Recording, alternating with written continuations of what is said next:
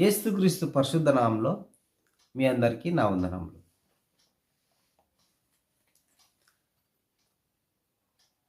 సహోదరి సహోదరులారా, ఇప్పటి కాలమందు దేశంలో, రాష్ట్రంలో కానీ దేవుడు చెప్పినట్లు చేసే విశ్వాసులు ఎవరైనా ఉన్నారా? దేవుడు చెప్పినట్లు చేసే సేవకులు ఎవరైనా ఉన్నారా? మనం తెలుసుకోవాల్సింది ఏమిటంటే, సేవకులు చెప్పినట్లు చేసే విశ్వాసులు ఉన్నారు, మనుషులు చెప్పినట్లు చేసే విశ్వాసులు ఉన్నారు. మరి దేవుడు ఏమంటున్నాడంటే, నేను చెప్పినట్లు చేయగల సేవకుడు కావాలి. దేవుడు ఏమంటున్నాడంటే, నేను చెప్పినట్లు చేయగల విశ్వాసి కావాలి. వాక్యం వినుచున్న నీవు దేవుడు చెప్పినట్లు చేస్తున్నావా, చేయడం లేదా? ఈ వాక్యమును నీవు వినడం బట్టి నీవు గ్రహింపగలవు. నీవు సేవకుడవైనా సరే, విశ్వాసివైనా సరే, నీవు దేవుడు చెప్పినట్లు చేయగలే దమ్ముందా? దేవుడు చెప్పినట్లు చేసే ధైర్యం నీకుందా? దేవుడు చెప్పినట్లు చేసే విశ్వాసం నీకుందా? అయితే ఈ వాక్యం వలన నీకు విశ్వాసం ఉందో లేదో నీవు తెలుసుకోగలవు. మనము పరిశుద్ధ గ్రంథంలోకి వెళ్దాం. హోషియా గ్రంథము 1వ అధ్యాయము 2వ వచనం. మొదట యెహోవా హోషియా ద్వారా ఈ మాట సెలవిచ్చెను. జనులు యెహోవాను విసర్జించి ఉన్నారు గనుక నీవు పోయి వ్యభిచారం చేయు స్త్రీని పెళ్లాడి వ్యభిచారం వలన పుట్టిన పిల్లలను తీసుకొనుము అని ఆయన హోషియాకు ఆజ్ఞ ఇచ్చెను.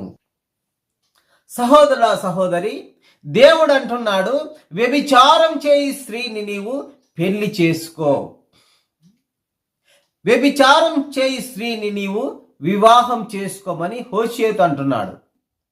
దేవుడు చెప్పినట్లు చేయగల ధైర్యం నీకుందా? దేవుడు అంటున్నాడు, వ్యభిచారం చేయి స్త్రీని పెళ్లి చేసుకోమని. మరి హోషియా దేవుడు చెప్పినట్లు చేశాడు. ప్రభువా, నేను పరిశుద్ధుడనే, నేను నీతిమంతుడనే, నేను నీ యందు భయభక్తులు గలవాడనే, అనుదినము ప్రార్థన చేయువాడనే, నీ సన్నిధిలో నిలిచి ఉండువాడనే, నీతో మాట్లాడువాడనే అని తనను తాను అనుకోక, దేవుని మాటకు ఎదురు చెప్పక పోయి వ్యభిచారం చేయు స్త్రీని పెళ్లి చేసుకున్నాడు. మరి నీకుందా విశ్వాసం? దేవుడు నీతో అంటున్నాడు, నీవు వ్యభిచారం చేయు స్త్రీని పెళ్లి చేసుకోవాల్సిన అవసరం లేదు. నీకేమని దేవుడు శాసించాడు? నీకిచ్చిన ఆజ్ఞలేమిటి? నా సహోదర, దేవుడు నీకేమిచ్చాడు? 10 ఆజ్ఞలను ఇచ్చాడు. దేవుడు ఈ 10 ఆజ్ఞలు కలిపి ఒక్క ఆజ్ఞగా చేశాడు. దేవుడు నీకేమిచ్చాడు? భూమి మీదనైనను ఆకాశం క్రిందనైనను నేను తప్ప వేరే దేవుడు లేడు, నన్ను తప్ప నీవు వేరే దేవుని ఆరాధించకూడదని దేవుడు నీకు సెలవిచ్చున్నాడు. మరి ఓ విశ్వాసి, నీవేం చేస్తున్నావు? దేవుని ఆజ్ఞను ధిక్కరిస్తున్నావా? దేవుని ఆజ్ఞను ప్రేమిస్తున్నావా? దేవుడు అంటున్నాడు, నీవు వ్యభిచారం చేయవద్దని. మరి విశ్వాసులు ఎలా ఉన్నారు? ఒక చూపు ద్వారా వ్యభిచారం, మాటలలో వ్యభిచారం, తలంపులలో వ్యభిచారం,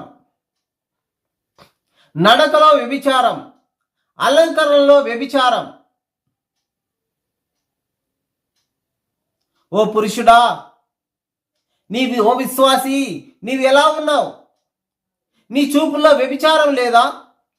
నీ తలంపుల్లో వ్యభిచారం లేదా? నీ ఆలోచనలో వ్యభిచారం లేదా? ఆలోచన చేయాలి సహోదరుడా, సహోదరి. హోషేయ దేవుడు చెప్పినట్లు చేసి వ్యభిచారం చేయి స్త్రీని పెళ్లి చేసుకున్నాడు. మరి దేవుడు నిన్ను వ్యభిచారం చేయి స్త్రీని పెళ్లి చేసుకోమంటే నువ్వు చేసుకునే స్థితిలో ఉన్నావో లేదో తెలియదు, కానీ దేవుడు నిన్ను ఆ స్థితిలో పెట్టలేదు. దేవుడు నిన్ను ఏ స్థితిలో పెట్టాడు? నా ఆజ్ఞలను పాటించు, నా కట్టడలను గైకొను, వీటిని చేసి నువ్వు సంతోషంగా జీవించమంటున్నాడు. అబద్ధం ఆడవద్దంటున్నాడు.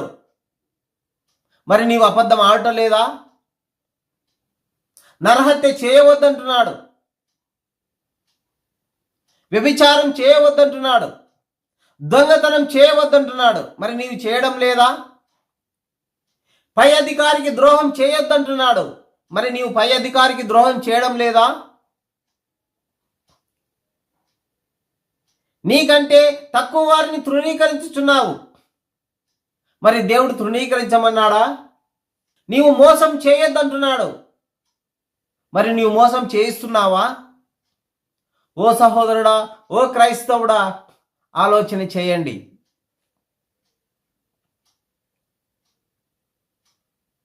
హోషేయతో చెప్పినట్లు చేయగల విశ్వాసువో కాదో? దేవుడు చెప్పినట్లు చేయగల విశ్వాసం నీకుందో లేదో? దేవుడు అంటున్నాడు, నిన్ను వలె నీ పొరుగు వారిని ప్రేమించమంటున్నాడు. హోషేయతో చెప్పినట్లు చేయగల ధైర్యం నీకు లేకపోవచ్చు, కానీ దేవుడు చెప్పినట్లు చేయగల విశ్వాసం నీకుండాలి. దేవుడు చెప్పినట్లు చేయగల ధైర్యం నీకుండాలి. నా దేవుడు నన్ను అబద్ధం ఆడవద్దన్నాడు, నేను ఆడను. నా దేవుడు మోసం చేయవద్దన్నాడు, నేను చేయను. నా దేవుడు అన్యాయం చేయవద్దన్నాడు, నేను చేయను. నా దేవుడు వ్యభిచారం చేయవద్దన్నాడు, నేను చేయను. నా దేవుని మాట నేను ధిక్కరించనని ధైర్యంగా చెప్పగల విశ్వాసం నీకుందా? నా దేవుడు ఎక్కడ చూస్తున్నాడు? నేనేం చేసినా ఎవరు చూడలే అనుకుంటున్నావు? ఇర్మియా గ్రంథము 3వ అధ్యాయము 1వ వచనంలో ఒక మాట ఉంటుంది. మరియు ఒకడు తన భార్యను త్వజింపగా ఆమె అతని యొద్ద నుండి తొలగిపోయి వేరొక పురుషునిదైన తర్వాత అతడు ఆమె యొద్దకు తిరిగి చేరునా అంటున్నాడు. చేరదు. ఎందుకంటే ఆ స్త్రీని తిరిగి తన భర్త చేర్చుకోడు. అన్యాయం వ్యభిచారం చేసిన స్త్రీని తన భర్త ఎలా తిరిగి చేర్చుకోడో, కానీ దేవుడు ఏమంటున్నాడు? అలాగ నేను కాదు. నువ్వు ఇన్ని రోజులు అన్యాయం చేసినా, అక్రమం చేసినా, మోసం చేసినా, దుర్మార్గం చేసినా, దొంగతనములు చేసినా, అపవిత్రములు చేసినా, చేయరాని కార్యం చేసినా, దేవుడు ఏమంటున్నాడు? ఏదో తెలిసో తెలియకో, మూర్ఖంగానో అవిశ్వాసంగానో, దేవుడంటే తెలియకనో నీవు చేసి ఉన్నావు. నా సహోదరుడా, ఈ దినమైన దేవుని యొద్దకు తిరుగు చేరు. దేవుడు ఏమంటున్నాడు? వ్యభిచారం చేయి స్త్రీ, నీవు తిరిగి నా యొద్దకు రా. నేను నిన్ను క్షమించుటకు సిద్ధమైన మనసు గల దేవుడను. నేను నిన్ను క్షమించుటకు ఈ దినము నిన్ను పిలుచుచున్నాను. నిన్ను క్షమించుటకు నా చేతులు చాపి ఉన్నాను. వింటున్న సహోదరి, వింటున్న సహోదరుడా, ఆలోచన చేయండి. దేవుడు చెప్పినట్లు చేయగల హోషేయ వ్యభిచారం చేయి స్త్రీని పెళ్లి చేసుకున్నాడు. మరి నీవు చేస్తున్నావా? దేవుడు చెప్పినట్లు నీతిగా జీవిస్తున్నావా? అన్యాయం చేస్తున్నావా? దేవుడు చెప్పినట్లు నీవు ఏ కామపు తలంపులు లేకుండా జీవిస్తున్నావా? సెల్లు మొబైల్ చూస్తే కామపు వీడియోలు, లోకంలో ఎక్కడ చూసినా పాపం మాటలు, లోకంలో ఎక్కడ చూసినా కానీ వ్యభిచారపు మాటలు, ఎక్కడ చూసినా అన్యాయపు మాటలు, ఎక్కడ చూసినా కానీ మోసపూరితమైన మాటలు. వీటిలో నేను విశ్వాసంగా ఎలా జీవించాలి, ఎలా బ్రతకాలి, ఎలా దేవునిలో నడవాలని అనుకుంటున్నావా? ఓ విశ్వాసి, దేవుని వాక్యములు, దేవుని లేఖనములు, దేవుని 10 ఆజ్ఞలు నీ హృదయం అనే పలకమైన భద్రంగా చేసుకో.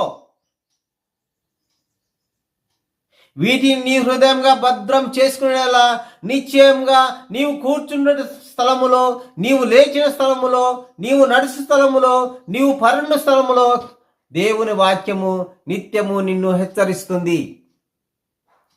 అన్యాయస్తులు దేవుని రాజ్యము చేరలేరని దేవుని వాక్యం క్లుప్తంగా చెప్తుంది.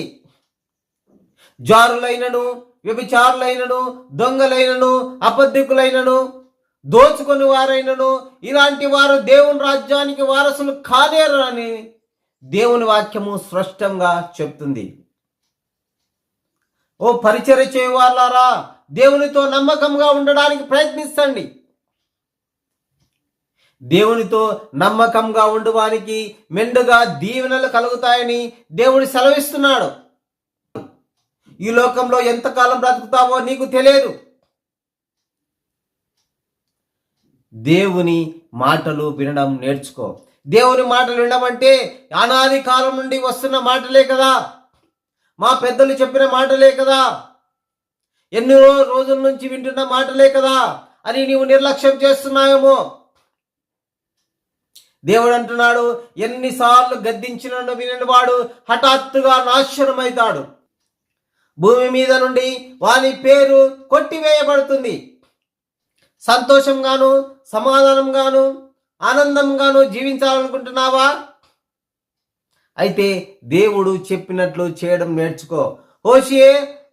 హోషియా దేవుడు చెప్పినట్లు వ్యభిచారం చేసి స్త్రీని పెళ్లి చేసుకొని 3 పిల్లలను కని సంతోషంగా జీవించాడు. కీడుని విత్తువాడు కీడునేకొస్తాడు, అన్యాయం విత్తువాడు అన్యాయం నేకొస్తాడు, మోసం విత్తువాడు మోసం నేకొస్తాడు. ఓ మనుషుడా, ఏది విత్తుదువో అది కోయదు అని నీవు తెలుసుకో. ఇర్మియా 3:1 అంటున్నాడు, వ్యభిచారం చేయు స్త్రీ నువ్వు చేసినది చాలు, తిరిగినది చాలు, తిరిగి నా యొద్దకు రా అంటున్నాడు. వాక్యం ఉంటున్న ఓ స్త్రీ, ఓ పురుషుడా, ఈ దినం వరకు నీవు ఎన్ని అక్రమాలు చేసినా, ఎన్ని మోసాలు చేసినా, ఎన్ని అన్యాయం చేసినా, ఎన్ని నీకు తెలిసో తెలియకో చేసినా, ఈ దినం రా, దేవుని సన్నిధికి రా, ఈ దినం మోకరించు, పశ్చాత్తాపడు. ఇక నుంచైనా దేవునికి నమ్మకంగా ఉండడం నేర్చుకో. ఆయన ఆజ్ఞలను అనుసరించి నడవటం నేర్చుకో. ఆయన మాటలు వినటం నేర్చుకో. ఆయనతో గడపడం నేర్చుకో. నువ్వు పనిలో ఉన్నా, ఎక్కడ ఉన్నా, ఏ స్థితిలో ఉన్నా నీ హృదయంలో దేవుని మరవవద్దు. నీ హృదయంలో దేవుని వాక్యములను మరవద్దు. నీ ఆలోచనలో దేవుని వాక్యం మరవద్దు. నువ్వు పని చేస్తున్నా కానీ నీ హృదయంలో దేవుని వాక్యం మెదులుతూ ఉండాలి. నువ్వు ప్రయాణం చేస్తున్నా దేవుని వాక్యం నీ హృదయంలో ఉండాలి. నువ్వు అనారోగ్య పరిస్థితుల్లో ఉన్నా దేవుని వాక్యం నీ హృదయంలో ఉండాలి. నువ్వు ఎటువంటి పరిస్థితుల్లో ఉన్నా దేవుని వాక్యం నీ హృదయంలో గుర్తుకు వస్తూ ఉండాలి. అప్పుడే నీవు సంతోషంగాను, సమాధానంగాను, దేవుడు కట్టిన ఇల్లుగాను నీవు జీవించగలవు. నా సహోదరుడా, ఈ దినం మోకరించి నీవు తెలిసో తెలియక పాపమును పశ్చాత్తాపడి నిశ్చయంగా దేవునికి నమ్మకంగా ఉండడం నేర్చుకో. దేవుడు అబ్రహాంను ఆశీర్వదించినట్లుగా, ఇస్సాకును ఆశీర్వదించినట్లుగా, యాకోబును ఆశీర్వదించినట్లుగా, హోషేను ఆశీర్వదించినట్లుగా నిన్ను కూడా ఆశీర్వదించుటకు సిద్ధంగా ఉన్నాడు. విన్న సహోదరి సహోదరుడా, పరిశుద్ధాత్మ దేవుడు ఈ లేఖనముల ద్వారా మీ హృదయంలో కదిలించబడి దేవుని వైపు తిరిగి నమ్మకంగా నడుచుకుంటారని యేసుక్రీస్తు పరిశుద్ధ నామములో ప్రేమతో మిమ్మల్ని వేడుకుంటున్నాడు. చిన్న ప్రార్థన చేసుకుందాం. సర్వాధికారి, సర్వోన్నతుడా, నైనా తండ్రి, విన్న ప్రతి బిడ్డ తండ్రి యేసయ్య, నైనా ప్రభా, మారు మనసు పొంది తండ్రి యేసయ్య, నీ మాటలను గైకొని వాటి యందు జీవించుట కృపచిప్ప సహాయం చేయమని తండ్రి, నీవు చెప్పినట్లు చేయుటకు తండ్రి వారికి మనసు అనుగ్రహించమని యేసుక్రీస్తు పరిశుద్ధమైన శ్రేష్టమైన నామములో అడిగి వేడుకొని పొందిన నామమున తండ్రి, ఆమేన్.